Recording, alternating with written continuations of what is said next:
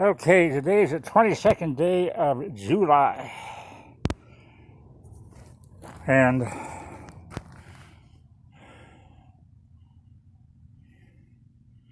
the winch itself was installed. I got some of the wiring run.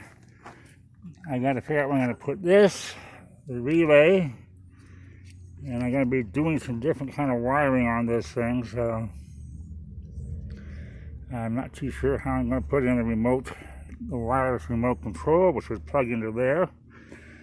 And I'm going to be using a different remote switch on this as far as operating the winch from inside the vehicle. I'm going to try and get a view of what I did underneath here.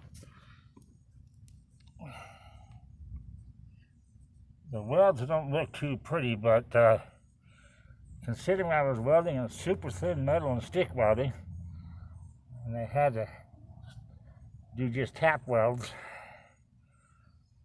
I think it looks pretty good, strong enough. That is just to stabilize the verticals that I had in here. And this is 1/4-inch plate, and you can see how thin this material actually is.